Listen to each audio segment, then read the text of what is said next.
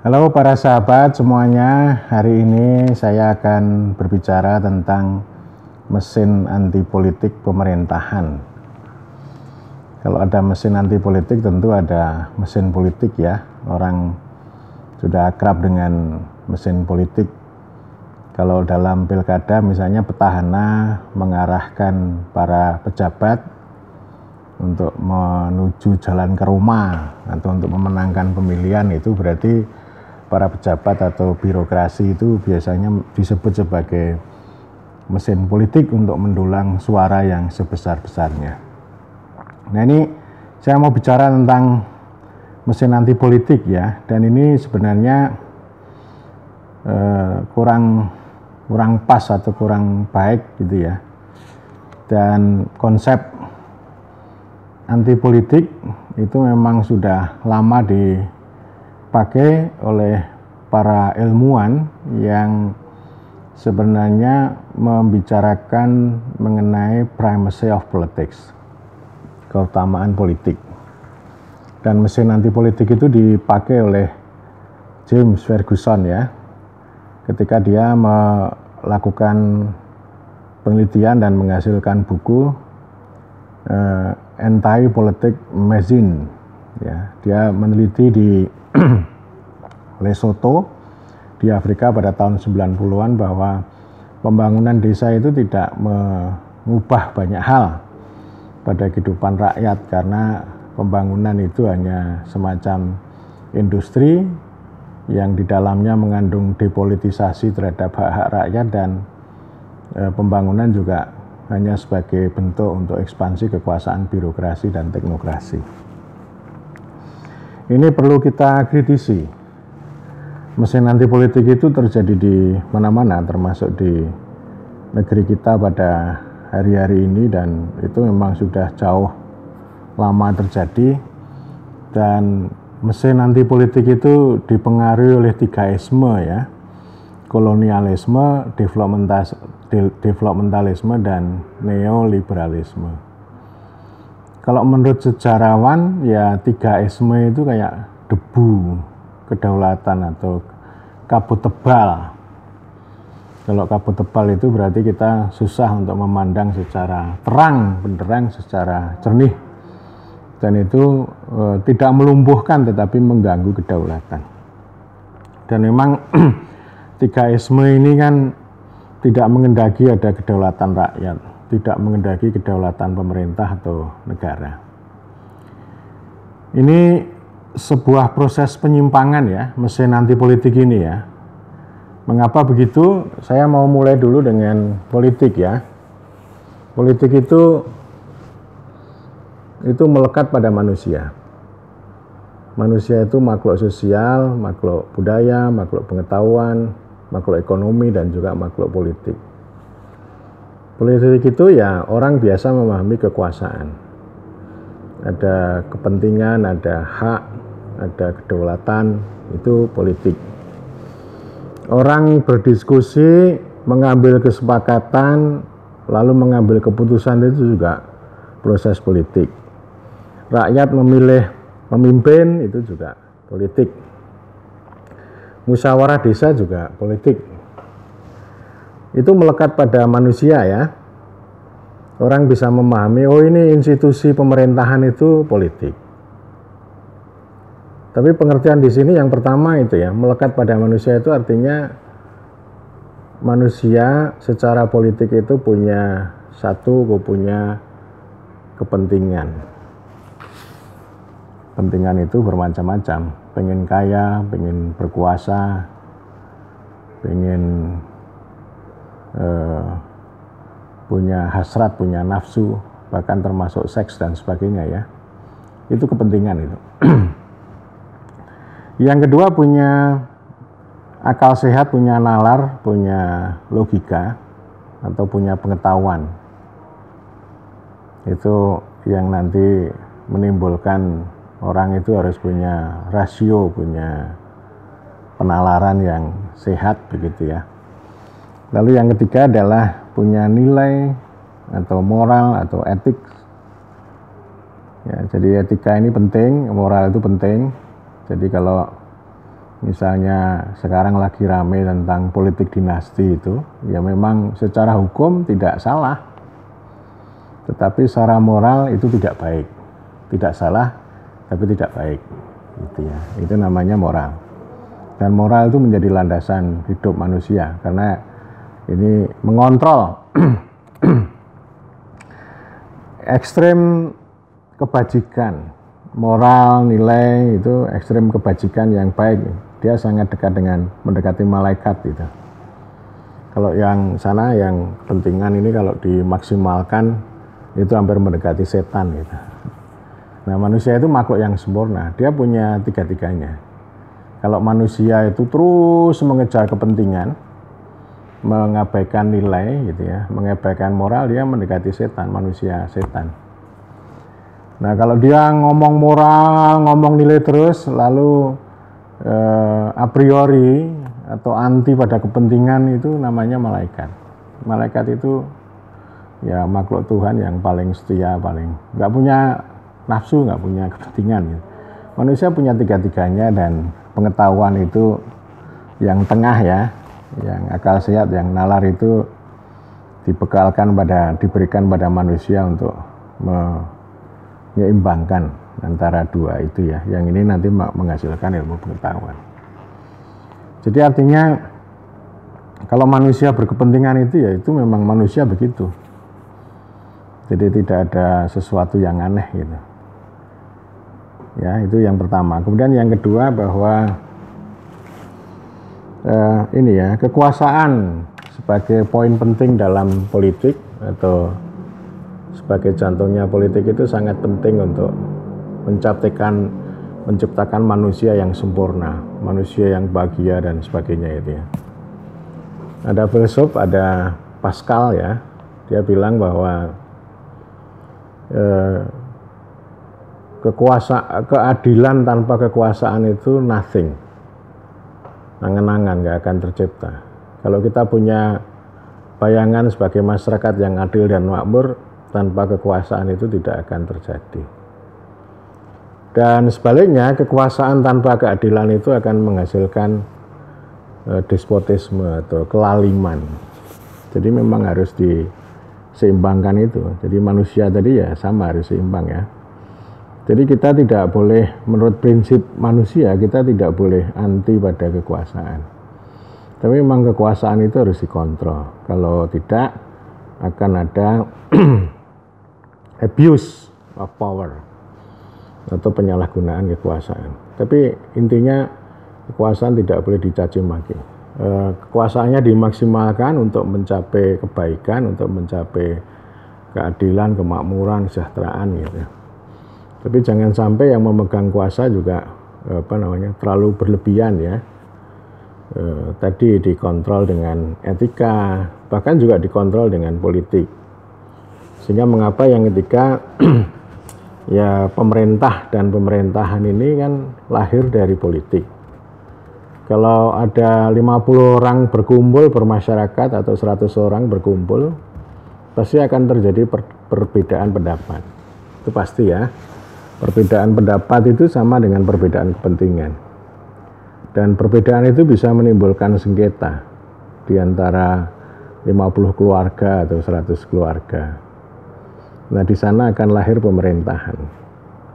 Pemerintahan itu hidup, muncul karena itu tadi, kepentingan yang beragam dalam masyarakat itu, sehingga diciptakan bagaimana ada satu pemerintah atau pemimpin atau lembaga yang mengatur dan mengurus, dan proses memerintah atau proses pemerintahan itu pasti akan mengandung politik, hukum, dan administrasi. Jadi politik itu ya berbicara tentang keputusan, tentang kebijakan, dan kebijakan yang diformalkan itu akan menjadi hukum atau aturan main bersama yang ditaati. Dan kemudian untuk menjalankan kebijakan, menjalankan hukum itu butuh administrasi supaya itu bisa teratur, bisa tertata dengan lebih baik, dan syukur bisa dimudahkan dengan teknologi begitu. Jadi itu prinsip urutannya begitu, sehingga pemerintah ini adalah institusi politik dibentuk melalui proses politik, bekerja secara politik, hukum, dan administrasi untuk mengatur dan mengurus manusia sebagai makhluk ekonomi, makhluk sosial, maupun makhluk budaya, dan juga bisa juga makhluk biologis. Hubungan perkawinan antara satu orang dengan orang yang lain itu juga ada aturan main, ada hukumnya, dan hukum itu diciptakan melalui proses pemerintahan. Apalagi di zaman modern, pemerintah modern pasti begitu ya. Ada pemilihan umum untuk memilih presiden, gubernur, bupati, kepala desa, itu proses politik. Dan para pemegang pemerintahan ini atau kepala pemerintahan ini dalam alam demokrasi kita sebut sebagai institusi pemegang kedaulatan rakyat. Eksekutif itu punya tugas bersama legislatif itu membuat hukum, ya. Jadi melakukan proses politik untuk membuat hukum, dan kemudian eksekutif bersama birokrasi menjalankan hukum atau melaksanakan kebijakan, dan kemudian yudikatif didukung oleh birokrasi itu berfungsi untuk melakukan penegakan hukum. Urutannya seperti itu, dan legislatif itu dibuat, atau parlemen ya sering kita sebut ya, dia sebagai institusi representasi untuk mewujudkan kedaulatan rakyat dan sekaligus juga untuk mengontrol eksekutif. Jadi mengontrol kebijakan supaya eksekutif itu punya kebijakan sesuai dengan kedaulatan atau kepentingan rakyat. Itu secara politik begitu, dan tapi lama-kelamaan ini institusi semacam ini belum sempat menjadi kuat. Kita tidak punya pengalaman yang panjang untuk membangun ya bangunan demokrasi yang itu sudah diamanatkan oleh konstitusi. Konsep pemerintah itu secara resmi ada dalam konstitusi ya. Dalam pembukaan Undang-Undang Dasar 45 jelas ya, pemerintah negara Republik Indonesia yang punya 4 tujuan itu ya, yang itu kita bisa buka kembali dan bisa kita hafal. Mengapa begitu? Jadi demokrasinya ini masih sulit, tapi kita selalu berhadapan dengan birokrasi yang begitu panjang. Zaman kolonial itu tidak ada pemerintah yang berkedaulatan rakyat, tidak ada pemerintah yang demokratis, tapi lebih disebut sebagai negara pegawai. Sejarawan Julian Pinda menyebut Beamtenstaat atau negara pegawai ya. Jadi yang berkuasa atau menjalankan governing atau memerintah bukan pemerintah yang dipilih oleh rakyat, tapi oleh birokrasi ya. Dan birokrasi ini atau negara pegawai ini oleh Pinda disebut anti sosial, anti politik gitu ya. Karena mereka mengabaikan dinamika konflik sosial yang tumbuh dalam masyarakat dalam setiap menelurkan kebijakan dan juga pengaturan. Nah, karena pengaruh kolonialisme, developmentalisme, dan neoliberalisme, ini tiga isme besar tadi, itu hidup kita sekarang ini kayak ini ya. Jadi reformasi, liberalisasi itu memunculkan ledakan politik. Politik meledak. Jadi setiap subjek adalah kekuasaan dan setiap tempat adalah politik. Di mana-mana untuk politik. Politiknya bukan hanya dimainkan oleh institusi formal yang disebut politik. Tidak hanya dimainkan oleh partai politik, oleh politisi gitu. Tapi semua orang itu di Republik ini berpolitik. Jadi ada ledakan, dan sayang ledakan itu tidak menumbuhkan demokrasi yang kokoh. Karena demokrasi harus bertarung dengan warisan kolonialisme gitu ya, sama neoliberalisme pada hari ini. Dan kita justru sangat miskin pada politik. Kita kaya semua hal kecuali politik. politik yang dimengerti untuk menciptakan keadilan gitu ya. Itu masih sangat jauh karena justru kita memandang politik itu sangat jelek. Jadi kemiskinannya kita di situ. Orang berpolitik tapi dengan cara anti politik. Itu salah satu dampak besarnya ledakan politik pada zaman neoliberal itu begitu ya. Setiap orang berpolitik dengan cara anti politik. Setiap orang itu tidak mengendaki subjek lain itu punya otonomi, tetapi selalu mengendaki dirinya otonom dan pengen menundukkan pihak lain.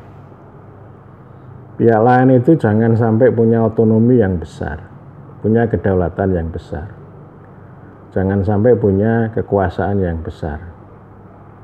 Kekuasaan, kedaulatan harus dibatasi. Itu namanya miskin secara politik sebenarnya. Jadi orang itu berpolitiknya seperti negara pegawai gitu. Pada zaman dulu gitu. Dan pada zaman sekarang ini malah justru saya melihat dunia politik kita itu adalah dunia yang jungkir balik, dibulak-balik. Misalnya pemerintahan itu menjadi administrasi, administrator menjadi pemerintah, politik menjadi teknis. Hal-hal yang sifatnya politik ditangani secara teknis. Misalnya kemiskinan.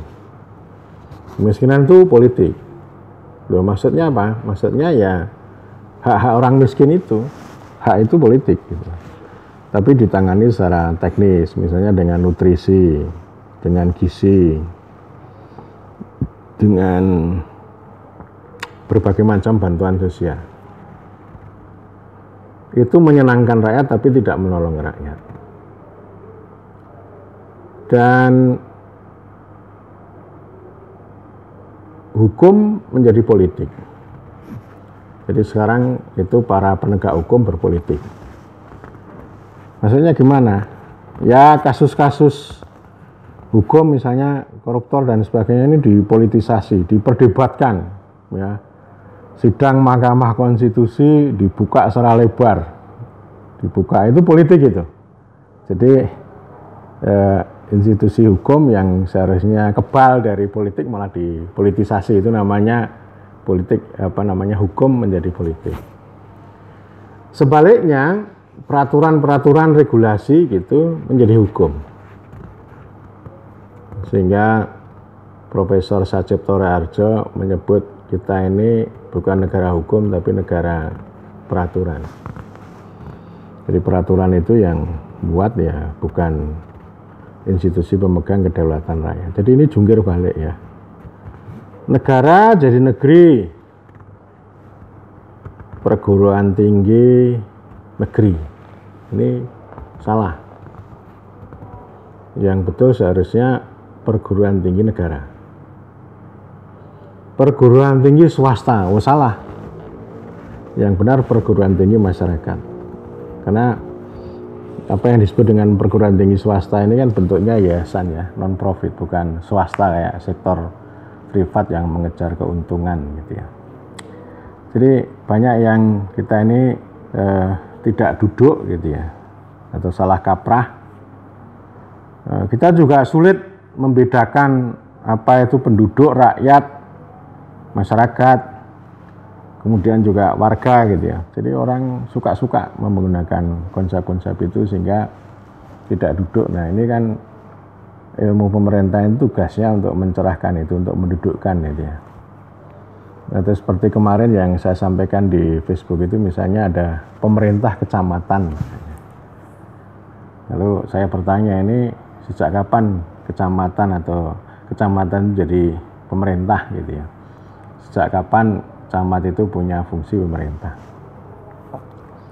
Nah, secara prinsip, secara politik pemerintah itu mau yang formal, mau yang enggak, mau yang informal gitu ya.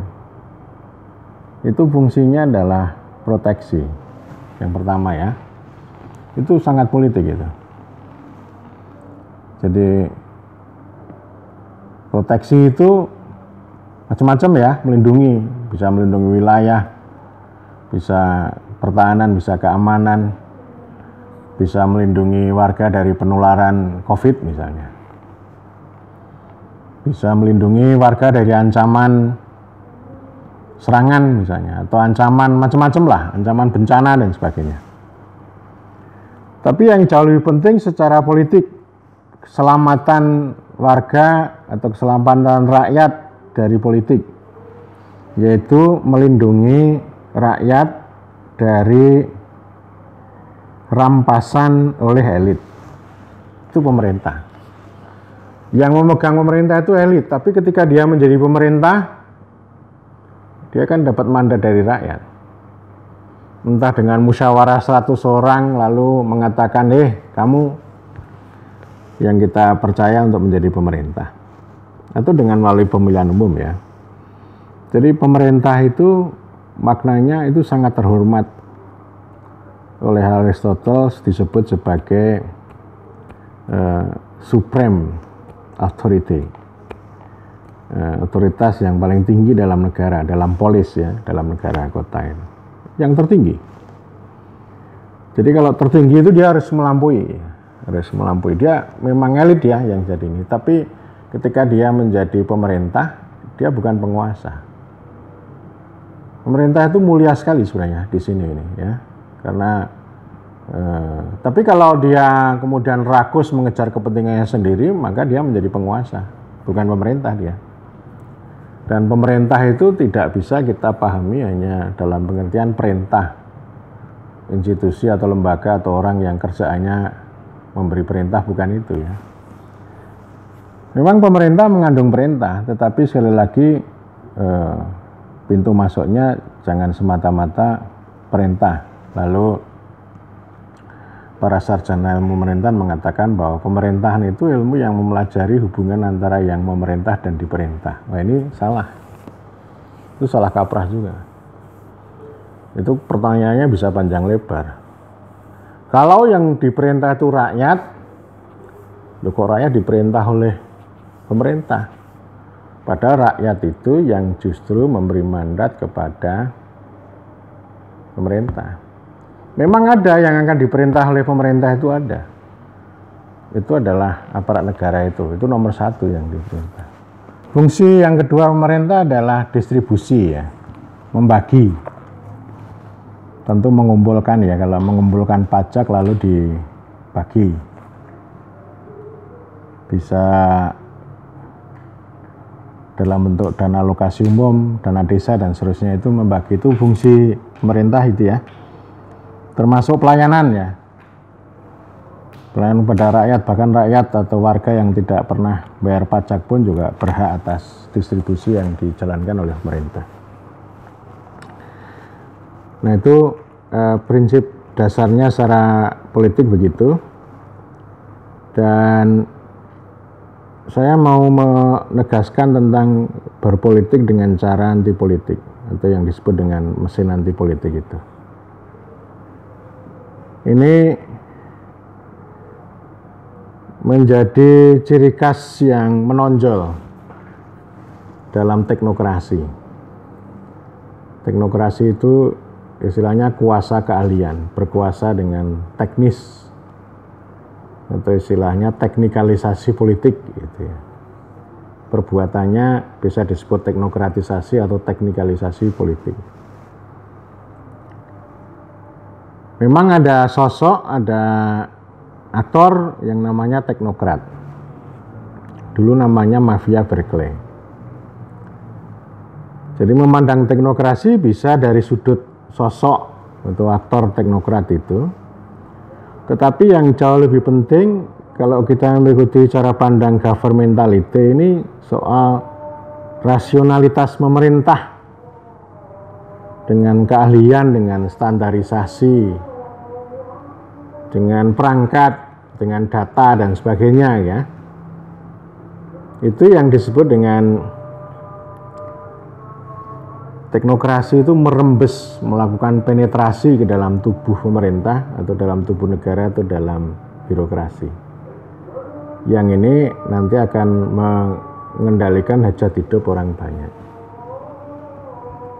Memang teknokrasi tidak terkenal ya birokrasi gitu. Tapi teknokrasi itu yaitu tadi keahlian yang kemudian merembes dalam birokrasi. DNA birokrasi dan teknokrasi berbeda. Birokrasi itu office politics, politik kantor. Jadi kantor itu begitu berkuasa gitu. Ya baik dari protokolernya, kemudian gedungnya, lalu prosedurnya, seragamnya gitu ya. Itu namanya office politics, kekuasaan kantor. Kalau teknokrasi ini kekuasaan keahlian. Berbeda, tapi keduanya saling membutuhkan. Apalagi di zaman yang sekarang ya. Jadi mereka keduanya ini kan bisa saling cocok itu kalau dia bernaung di bawah otokrasi atau otoritarianisme. Dalam demokrasi itu mereka bersatu dan menjadi kekuatan yang bisa menghambat demokrasi. Dan ini persatuan ini lalu dipayungi oleh kekuatan besar yang namanya neoliberalisme. Neoliberalisme sebenarnya anti birokrasi ya, yang begitu besar. Tapi nggak mungkin mereka akan memusuhi birokrasi. Itu dimasuki ya, birokrasi dimasuki dan itu wujudnya ya dengan teknokrasi. Teknokrasi dengan birokrasi saling membutuhkan. Kekuasaan keahlian ini bisa mengikat dengan banyak orang kalau melalui jalur birokrasi.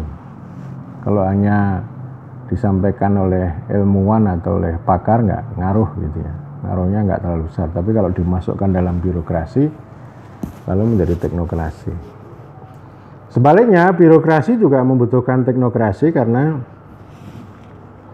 agar apa yang dilakukan oleh birokrasi itu disebut rasional, supaya kelihatan pinter, supaya kelihatan baik gitu ya.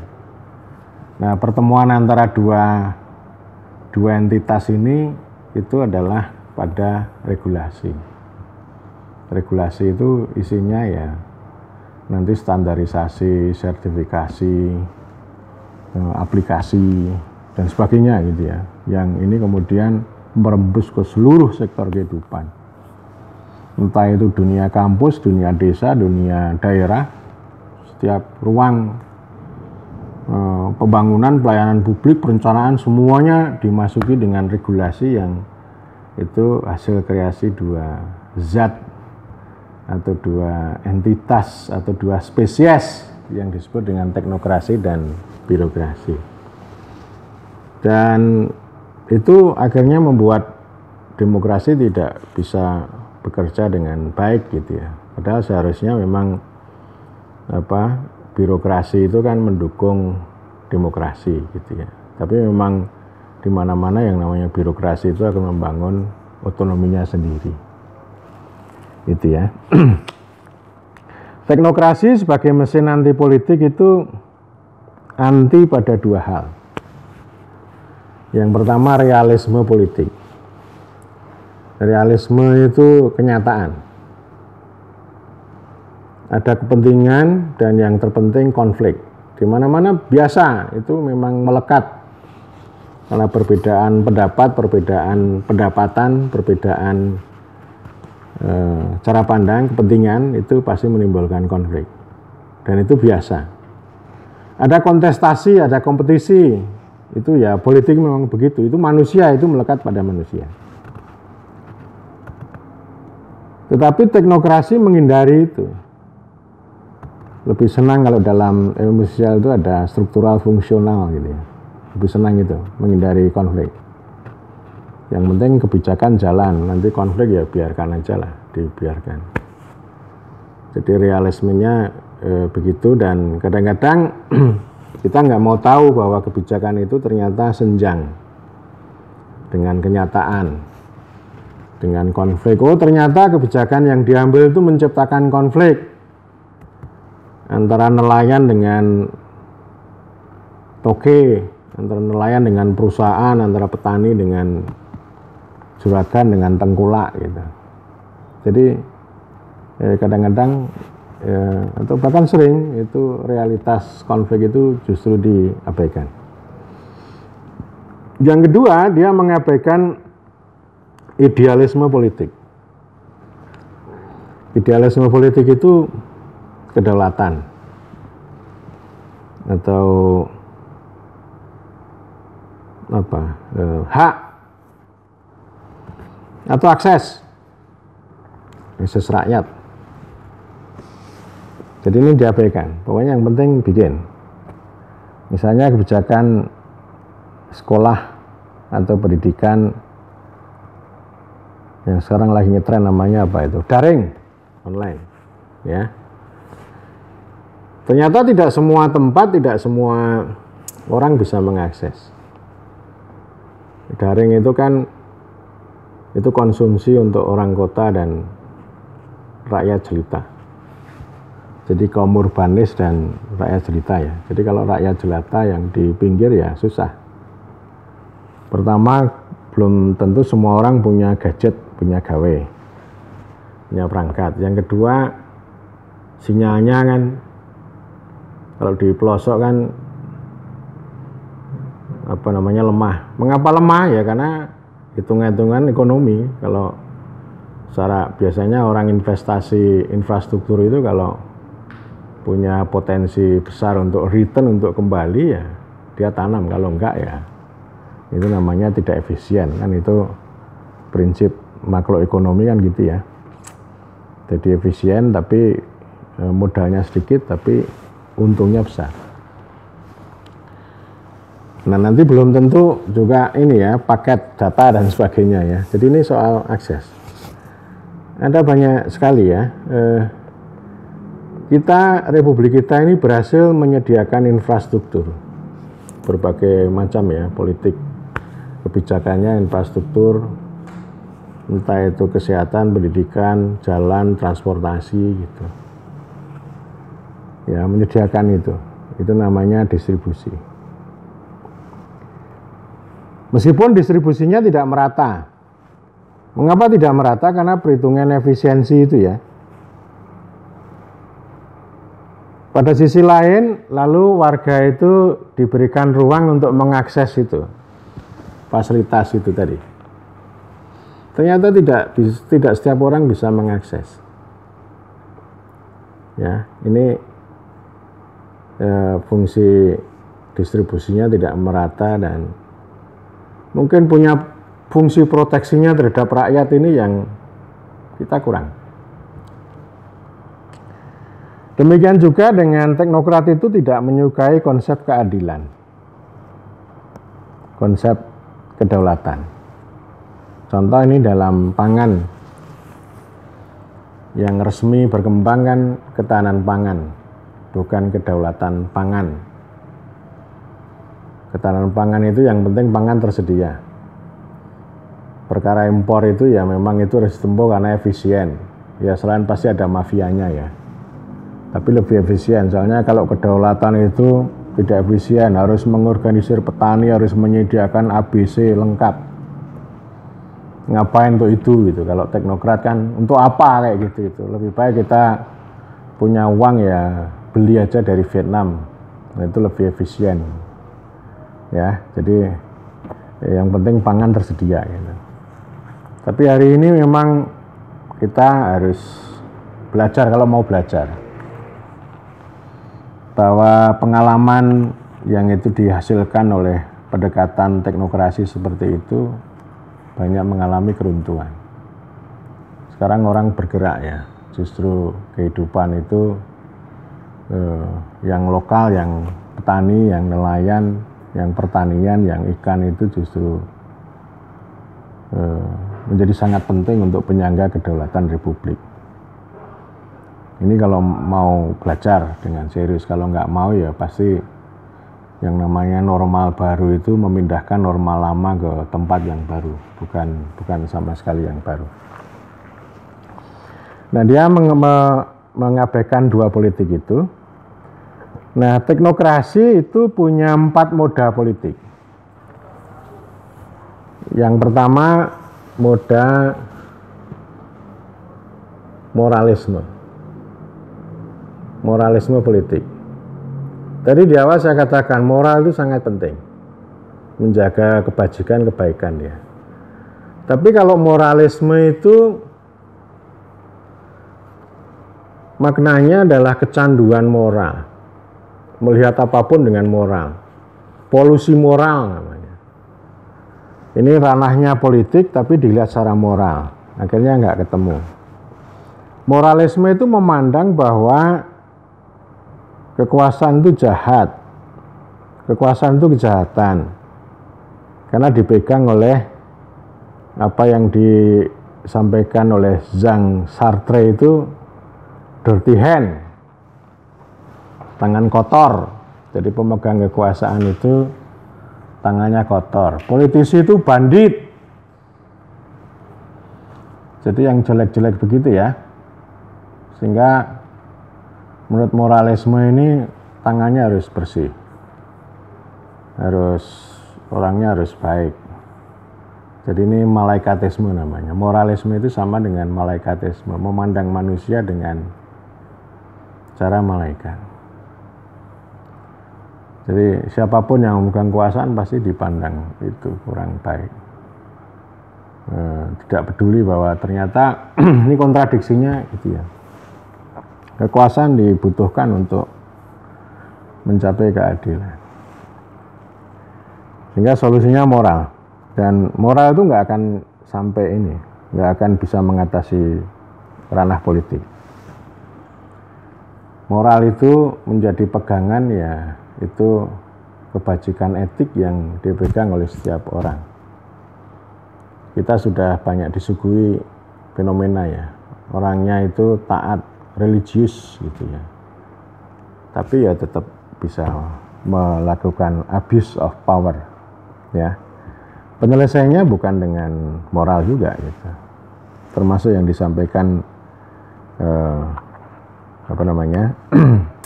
kekuasaan cenderung korup ya.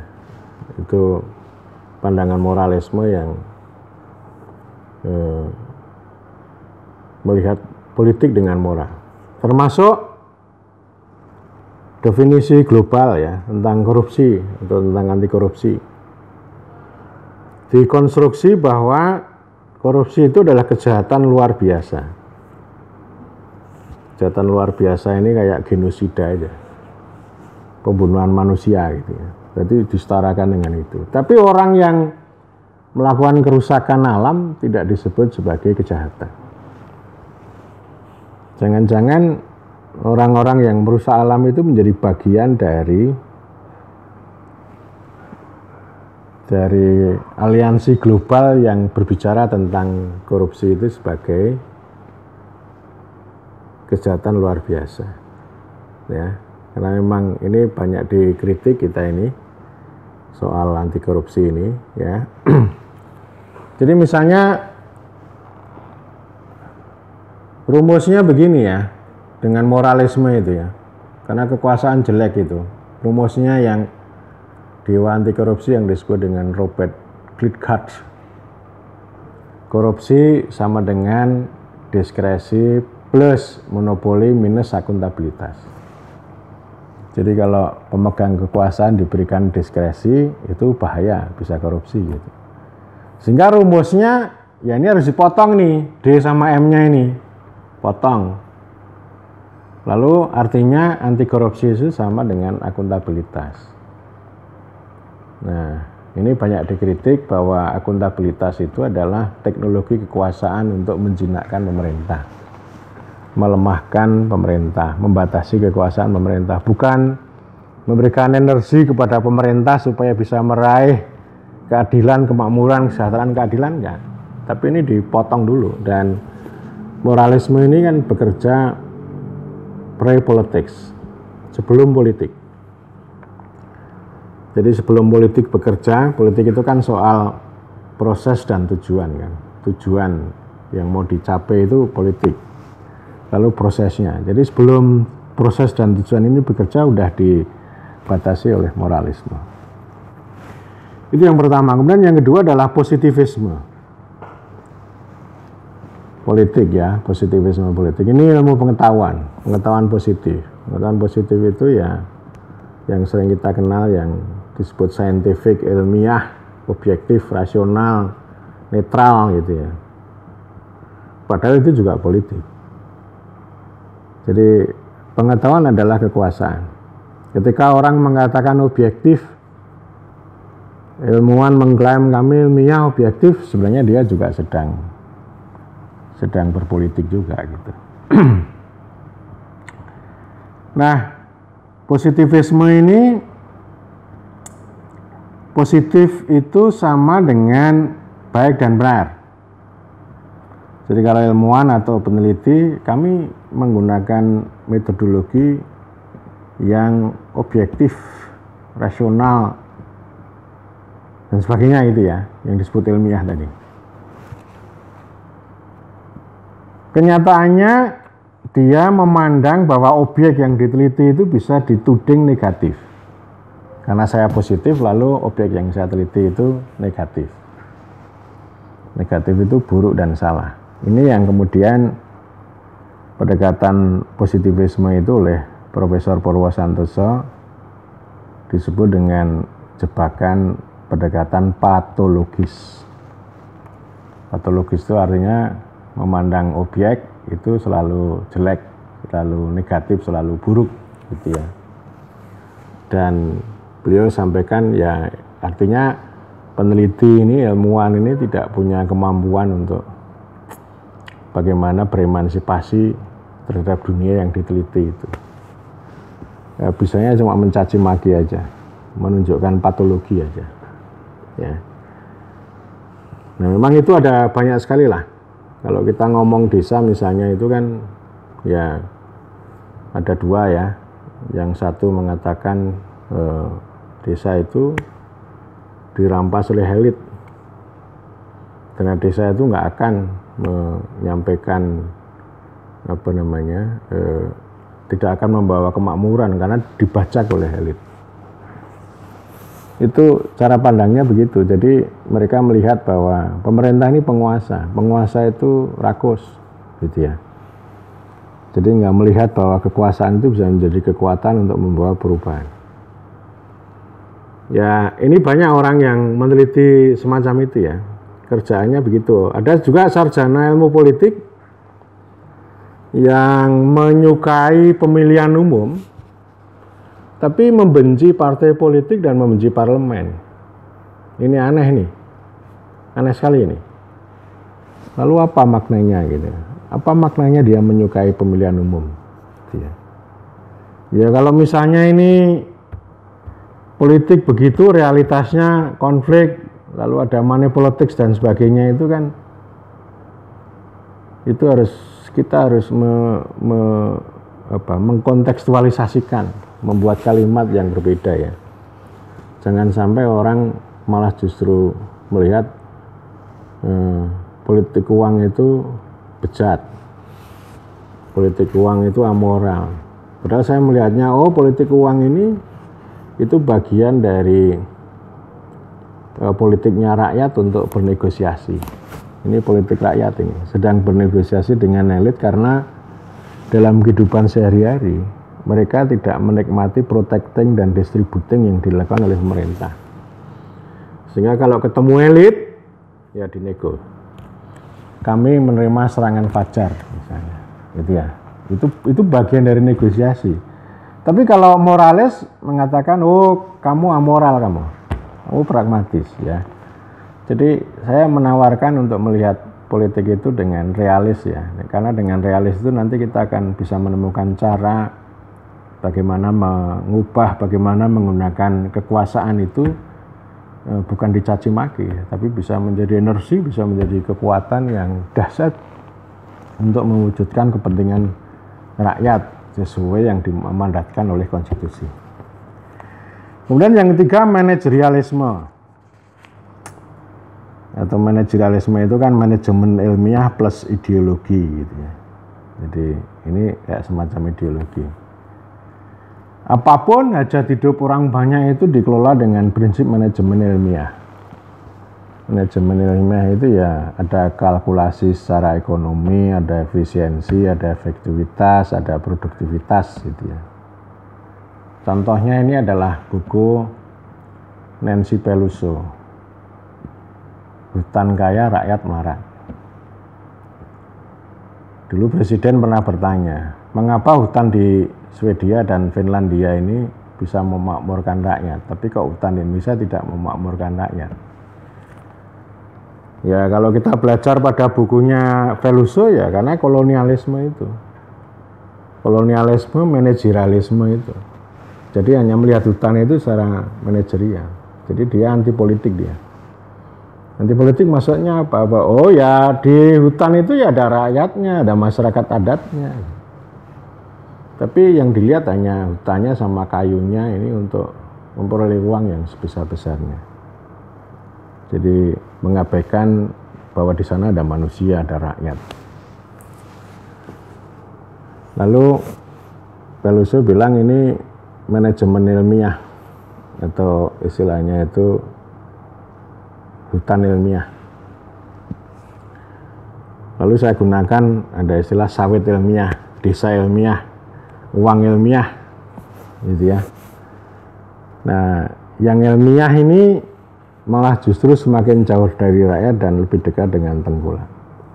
Nah, oleh karena itu ini kalau kita kembali ke Soekarno ini ilmu ilmiah yang tidak amaliyah gitu ya. Ini bisa menjadi diskusi lebih lanjut soal ini.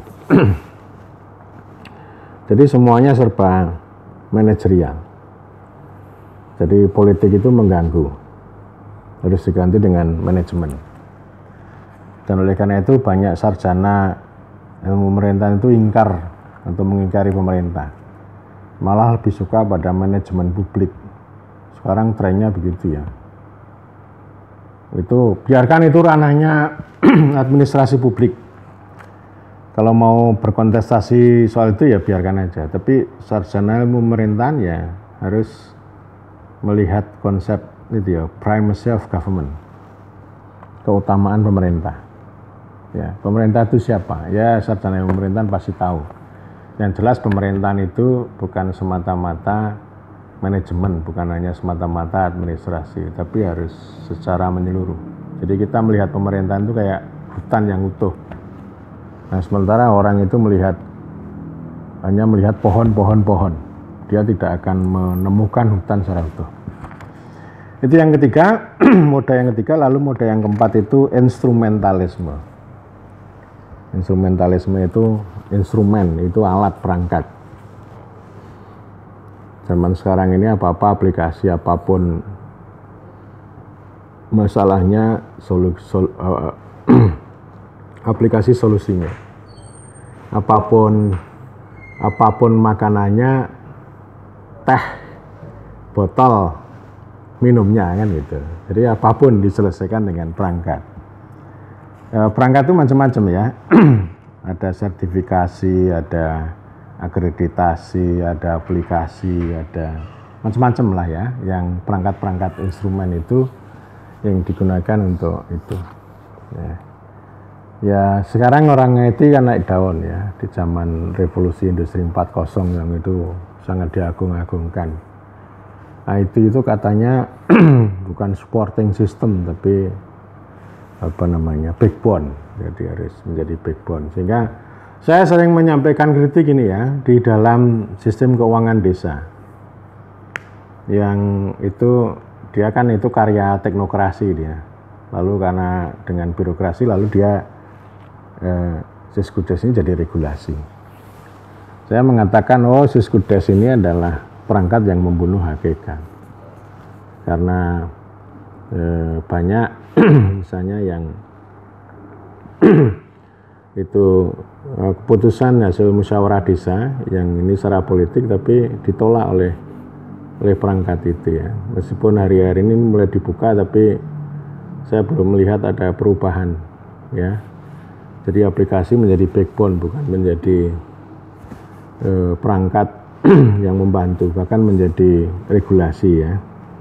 Sehingga ini justru 4 moda politik ini itu mereka bekerja sebelum politik bekerja. Contohnya misalnya kalau desa membuat APB desa itu bukan didasarkan pada kepentingan masyarakat setempat, tapi disesuaikan dengan kode-kode rekening dalam aplikasi gitu. Jadi menyesuaikan ini namanya kedunguan itu namanya ya. Jadi instrumen yang dungu tapi memerintah manusia. Dan saya kira ini ada banyak pengalaman ya. Jadi pembangunan, pelayanan publik kalau kita kelola secara teknokratis itu ya itu tidak akan menghasilkan perubahan besar. Ya kecuali hanya ekspansi tadi ya, kekuasaan teknokrasi itu sendiri. Saya kira begitu perjumpaan pada hari ini, dan nanti kita bisa ketemu dengan tema-tema yang lain. Terima kasih.